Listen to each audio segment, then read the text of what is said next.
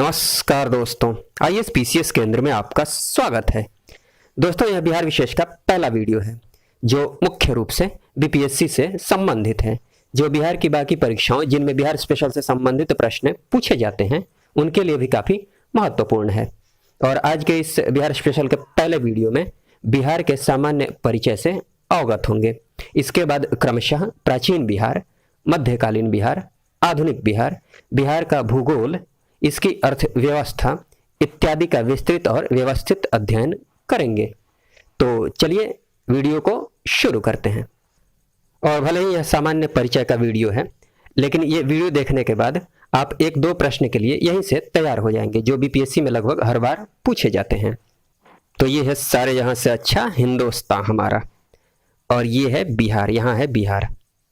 अगर बिहार की लोकेशन की बात की जाए तो आपको पता होगा कि इधर नॉर्थ होता है, इधर साउथ, दाहिनी तरफ इधर ईस्ट, इधर वेस्ट, और यहाँ है बिहार। तो हम बोल सकते हैं कि बिहार जो है भारत के उत्तर पूर्व में अवस्थित है। इधर है उत्तर, इधर है पूर्व। चलिए, रही बात बिहार का नाम बिहार क्यों पड़ा, तो ऐसा माना जाता है कि इस क्षेत्र में बौद्ध मठों, जिन्हें कि विहार कहा जाता है, की अधिकता के कारण इस क्षेत्र का नाम बिहार पड़ा।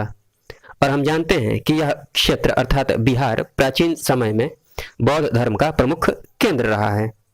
बिहार राज्य की स्थापना की बात करें तो इसकी स्थापना 22 मार्च 1912 को हुई थी, और इसी 22 मार्च को बिहार दिवस के रूप में मनाया जाता है। 12 दिसंबर 1911 को इंग्लैंड के सम्राट जॉर्ज पंचम का शाही दरबार दिल्ली में आयोजित हुआ था, और इसी शाही दरबार में बंगाल प्रेसिडेंसी से अलग करके बिहार को उड़ीसा सहित प्रांत बनाने की घोषणा की गई थी। और उसके बाद 22 मार्च 1912 को बिहार प्रांत गठित करने की विधिवत घोषणा की गई। फिर 1 अप्रैल 1936 को उड़ीसा बिहार से अलग हो गया। इसी तरह 15 नवंबर 2000 को झारखंड बिहार से अलग हो गया। और इससे संबंधित प्रश्न इस बार की 65वीं बीपीएससी में पूछा भी गया था। चलिए मैं आपको दिखाता हूं। प्रश्न यह था कि बिहार दिवस का क्या महत्व है जो हर साल 22 मार्च को मनाया जाता है। आपको ठीक से मैं ऑप्शंस को दिखा देता हूं। तो ये सी ऑप्शन जो है ना, वो सही ऑप्शन है। 1912 में बिहार के बंगाल प्रेसिडेंसी से अलग होने को याद करने के लिए 22 मार्च को बिहार दिवस के रूप में मनाया जाता है। बिहार की राजधानी तो आप जानते हैं, ये पटना, जिसके प्राचीन समय में अन्य नाम रहे हैं पाटलिपुत्र, पुष्पपुर, कुसुमपुर तथा अजीमाबाद। चलिए, राजकीय चिन्ह की बात करें तो राजकीय चिन्ह है बोधि वृक्ष, जो 2 स्वास्तिक के बीच स्थित है। यह है बोधि वृक्ष और यह है स्वास्तिक, एक यहाँ एक यहाँ। राजकीय भाषा की बात करें तो हिंदी राजकीय भाषा है। द्वितीय राजकीय भाषा है उर्दू। राजकीय वृक्ष है पीपल। राजकीय पक्षी है गौरैया। राजकीय पुष्प है गेंदा। राजकीय मछली है मांगुर। राजकीय पशु है बैल। बिहार का राज्य गीत है मेरे भारत के कंठहार, तुझको शत शत वंदन बिहार। राज्य की भौगोलिक स्थिति बताने से पहले अक्षांश और देशांतर की थोड़ी बहुत जानकारी आपको दे देता हूं, क्योंकि इसकी विस्तृत जानकारी भूगोल में दी जाएगी। पृथ्वी का भौगोलिक अध्ययन हम इसके एक नमूने से करते हैं जिसे ग्लोब कहते हैं। इस ग्लोब पर हमें 2 तरह की रेखाएं दिखाई देती हैं, हॉरिजॉन्टल लाइन तथा वर्टिकल लाइन, जिन्हें अक्षांश और देशांतर रेखाओं के नाम से जाना जाता है। इन रेखाओं की मदद से ही पृथ्वी पर किसी भी स्थान की स्थिति का निर्धारण किया जाता है। और ये जो रेखाएं होती हैं ये काल्पनिक रेखाएं होती हैं। बात करें अक्षांश रेखा की तो पृथ्वी पर पश्चिम से पूर्व की ओर, ये है पश्चिम और ये है पूर्व, पश्चिम से पूर्व की ओर खींची गई सभी काल्पनिक रेखाएं अक्षांश रेखाएं कहलाती हैं। पृथ्वी के बीचों बीच 0 डिग्री अक्षांश रेखा होती है, जिसे हम भूमध्य रेखा या विषुवत रेखा कहते हैं, जो कि पृथ्वी को 2 बराबर भागों में बांटती है। और विषुवत रेखा के ऊपर जो अक्षांश रेखाएं होती हैं इन्हें उत्तरी अक्षांश रेखा कहते हैं। और विषुवत रेखा के इसके नीचे जो अक्षांश रेखाएं होती हैं इन्हें हम दक्षिणी अक्षांश रेखाएं कहते हैं। बात करें देशांतर रेखा की, तो उत्तरी ध्रुव, यहाँ है उत्तरी ध्रुव, और दक्षिणी ध्रुव, ये है दक्षिणी ध्रुव। उत्तरी ध्रुव और दक्षिणी ध्रुव को मिलाने वाली काल्पनिक रेखा को देशांतर रेखा कहा जाता है। ये सारी रेखाएं देशांतर रेखाएं हैं। और 0 डिग्री देशांतर रेखा जो कि यहाँ है, जो ग्रीनविच वेधशाला से होकर गुजरती है, इसे प्रधान याम्योत्तर या प्रधान मध्याह्न या ग्रीनविच रेखा कहा जाता है। इस ग्रीनविच रेखा के इधर की ओर जो ये देशांतर रेखाएं होती हैं इन्हें पूर्वी देशांतर रेखाएं कहा जाता है। और इसके बीचों बीच हम अगर विषुवत रेखा खींच दें, और ये है प्रधान याम्योत्तर रेखा अर्थात ग्रीनविच रेखा, तो भारत जो है यहाँ पर है विषुवत रेखा के ऊपर अर्थात उत्तर में, और ग्रीनविच रेखा के दाहिनी ओर अर्थात पूरब में। तो बिहार राज्य की भौगोलिक स्थिति की बात करें तो इसका भी अक्षांशीय विस्तार विषुवत रेखा के उत्तर में होगा और देशांतरीय विस्तार ग्रीनविच रेखा के पूर्व में होगा। इसका अक्षांशीय विस्तार है 24 डिग्री 20 मिनट 50 सेकंड से लेकर 27 डिग्री 31 मिनट 15 सेकंड उत्तरी अक्षांश तथा 83 डिग्री 19 मिनट 50 सेकंड से 88 डिग्री 17 मिनट 40 सेकंड पूर्वी देशांतर के मध्य। इसको चलिए आपको मैप पे दिखाता हूं। इसके अक्षांशीय विस्तार की बात करें तो यहां 24 डिग्री 20 मिनट 50 सेकंड से लेकर यहां 27 डिग्री 31 मिनट 15 सेकंड तक है। और देशांतरीय विस्तार की बात करें तो यहां 83 डिग्री 19 मिनट 50 सेकंड से लेकर यहां 88 डिग्री 17 मिनट 40 सेकंड तक है। बिहार की लंबाई पूर्व से पश्चिम में देखें तो औसतन ये 483 किलोमीटर है, और उत्तर से दक्षिण में देखें तो इसकी लंबाई औसतन 345 किलोमीटर है। तो कहा जा सकता है कि बिहार का जो स्वरूप है वो लगभग आयताकार है। और दोस्तों, अगर आपको भीड़ से अलग होना है तो मैप देखने की आदत डालनी पड़ेगी। बिहार का मैप, भारत का मैप और विश्व का मैप आपके पास होना चाहिए, भौगोलिक और राजनीतिक मैप दोनों। तो चलिए मैप में देखते हैं कि बिहार किसके किसके साथ सीमा बनाता है।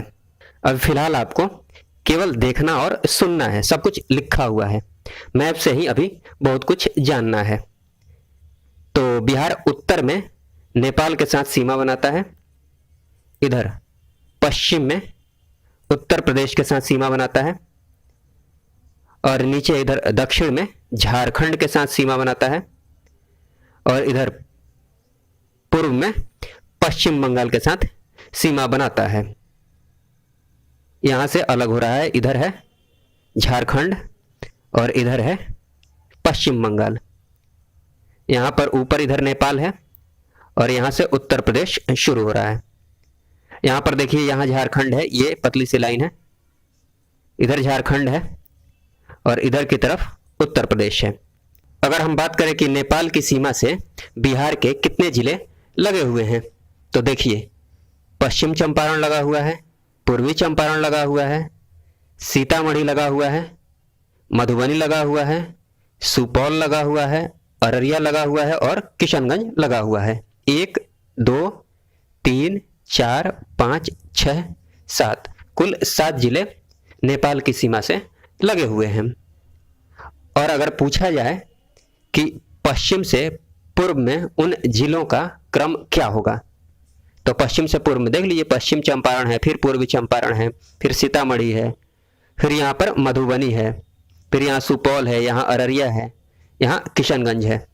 और अगर बात की जाए कि उत्तर प्रदेश की सीमा से कितने जिले लगे हुए हैं या कौन कौन से जिले लगे हुए हैं, तो देखिए आप खुद भी देखकर बता सकते हैं मैप में। आपको याद नहीं करना है, जो भी करना है मैप देखकर करना है। उसके बाद आंख बंद करके सोचना है कि कौन सा जिला कहाँ है। मुख्य रूप से आपको वही जिले याद करने हैं जो किसी देश के साथ या किसी राज्य के साथ सीमा बना रहे हैं। तो कौन कौन से जिले उत्तर प्रदेश से लगे हुए हैं? देखिए, पश्चिम चंपारण लगा हुआ है, ये गोपालगंज लगा हुआ है, सिवान लगा हुआ है, सारण लगा हुआ है, भोजपुर लगा हुआ है, बक्सर लगा हुआ है, कैमूर लगा हुआ है, और यहाँ ध्यान से देखिए ये रोहतास भी लगा हुआ है। यहाँ पर देखिए, यहाँ रोहतास भी उत्तर प्रदेश से सीमा बनाता है। तो कितने जिले हुए? 1 2 3 4 5 6 7 8, कुल 8 जिले हैं जो उत्तर प्रदेश की सीमा से लगे हुए हैं। चलिए, इधर है झारखंड। अगर झारखंड की बात की जाए कि झारखंड की सीमा से बिहार के कितने जिले लगे हुए हैं या कौन कौन से जिले लगे हुए हैं, तो देखिए यहाँ रोहतास लगा हुआ है, यहाँ औरंगाबाद लगा है, गया लगा है, नवादा लगा है, जमुई लगा है, बांका लगा है, भागलपुर, यहाँ देखिए कटिहार भी लगा हुआ है। कुल कितने जिले लगे हुए हैं? देखिए 1 2 3 4 5 6 7 8, कुल 8 जिले झारखंड की सीमा से लगे हुए हैं। ये पश्चिम बंगाल।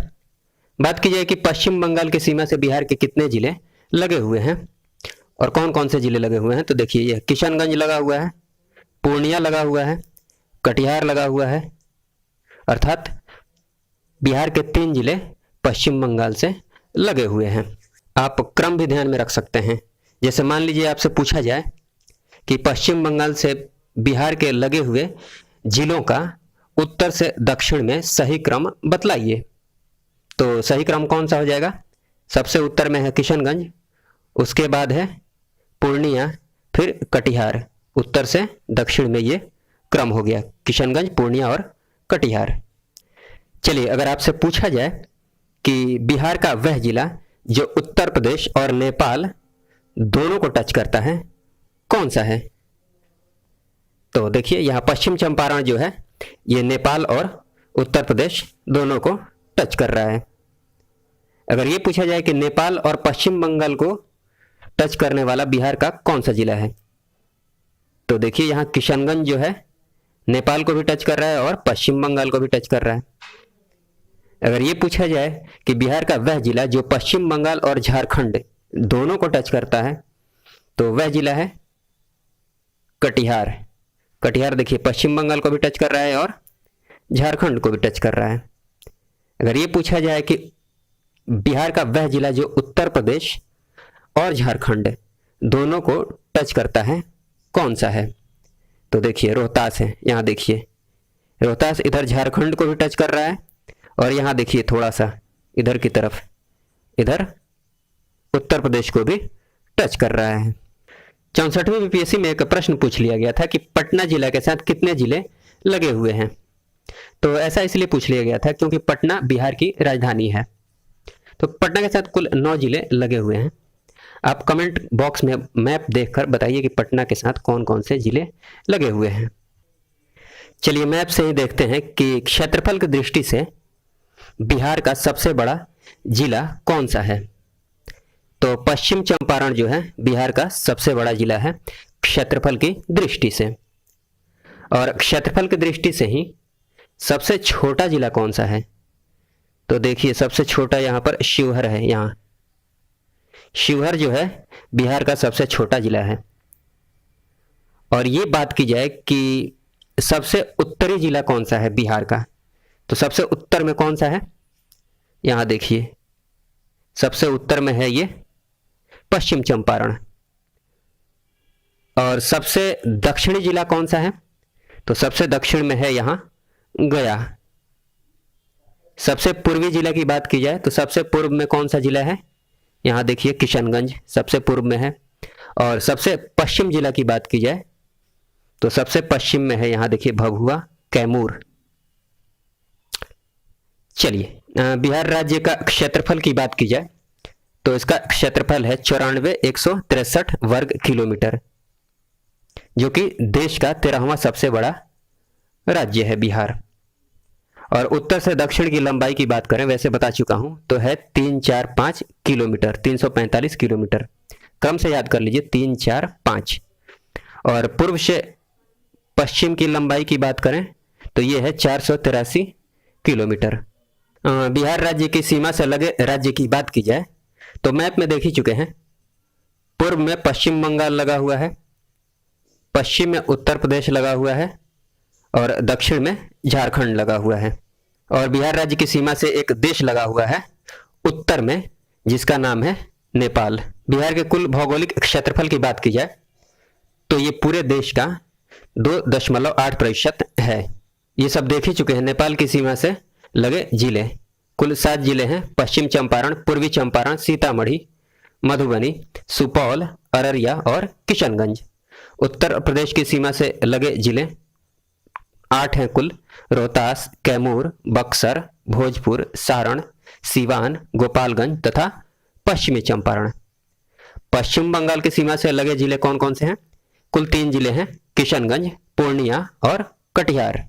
झारखंड की सीमा से लगे हुए जिले 8 हैं, जो कि हैं भागलपुर, बांका, जमुई, नवादा, गया, औरंगाबाद, रोहतास तथा कैमूर। और बिहार की जो राजधानी है पटना, उससे लगे हुए जिले कुल 9 हैं। कौन कौन से जिले हैं वो? अरवल है, जहानाबाद है, नालंदा है, लखीसराय, बेगूसराय, समस्तीपुर, वैशाली, सारण, भोजपुर। ये भी देख ही चुके हैं। क्षेत्रफल की दृष्टि से सबसे बड़ा जिला कौन सा है? पश्चिम चंपारण। क्षेत्रफल की दृष्टि से सबसे छोटा जिला शिवहर है। सबसे उत्तरी जिला कौन सा है? पश्चिम चंपारण। सबसे दक्षिणी जिला गया है। सबसे पश्चिमी जिला कैमूर है। सबसे पूर्वी जिला किशनगंज है। बिहार राज्य की जलवायु की बात की जाए तो यहाँ की जलवायु मानसूनी है और औसत वार्षिक वर्षा जो होती है बिहार में वो 1205 मिलीमीटर होती है। सर्वाधिक वर्षा वाला जो जिला है वो किशनगंज है और सबसे कम जो वर्षा होती है वो होती है औरंगाबाद जिला में। और सबसे गर्म स्थान जो है बिहार में वो गया है। बात की जाए प्रमंडल की तो कुल 9 प्रमंडल हैं: कोशी, दरभंगा, सारण, भागलपुर, पटना, तिरहुत, मुंगेर, मगध व पूर्णिया। जिलों की संख्या की बात की जाए तो कुल 38 जिले हैं बिहार में। अनुमंडलों की संख्या की बात की जाए तो कुल 101 हैं। प्रखंडों की संख्या है 534। पंचायतों की संख्या है 8386, 8386। बिहार में लोकसभा की कुल सीटें 40 है। राज्यसभा की कुल सीटें 16 है। लोकसभा में अनुसूचित जाति के लिए आरक्षित सीटों की संख्या है 6। और बिहार का विधानमंडल द्विसदनीय है, अर्थात यहाँ विधान परिषद और विधानसभा दोनों है। विधानसभा में सीटों की संख्या है कुल बिहार की 243 और विधान परिषद में है कुल 75। तो चलिए दोस्तों, अभी तक हमने जो कुछ पढ़ा और जाना उससे संबंधित एक छोटा सा टेस्ट लगा लेते हैं। पहला प्रश्न है कि बिहार राज्य का क्षेत्रफल है कितना है? तो इसका सही ऑप्शन होगा ऑप्शन बी, 94,163 वर्ग किलोमीटर। नेक्स्ट है कि बिहार राज्य का क्षेत्रफल भारत के क्षेत्रफल का कितना प्रतिशत है? तो इसका सही ऑप्शन होगा ऑप्शन सी, 2.86%। नेक्स्ट प्रश्न है कि क्षेत्रफल की दृष्टि से बिहार का भारत में कौन सा स्थान है? तो इसका सही ऑप्शन होगा ऑप्शन डी, 13वां। नेक्स्ट है कि बिहार भारत के किस भाग में स्थित है? तो ये है भारत के उत्तर पूर्व में। ए ऑप्शन सही ऑप्शन होगा। उसके बाद है कि बिहार राज्य की भू आकृति लगभग है कैसी है? तो हमने देखा था कि बिहार राज्य की भू आकृति लगभग आयताकार है। बी ऑप्शन सही ऑप्शन होगा। नेक्स्ट प्रश्न है कि बिहार का विस्तार है? तो इसका सही ऑप्शन होगा option B, 24 degree 20 minute 10 second से 37 डिग्री 31 मिनट 15 सेकंड उत्तरी अक्षांश तथा 83 डिग्री 19 मिनट 50 सेकंड से 88 डिग्री 17 मिनट 40 सेकंड पूर्वी देशांतर के बीच इसका विस्तार है। नेक्स्ट प्रश्न है कि बिहार का उत्तर से दक्षिण तक लंबाई है कितनी लंबाई है?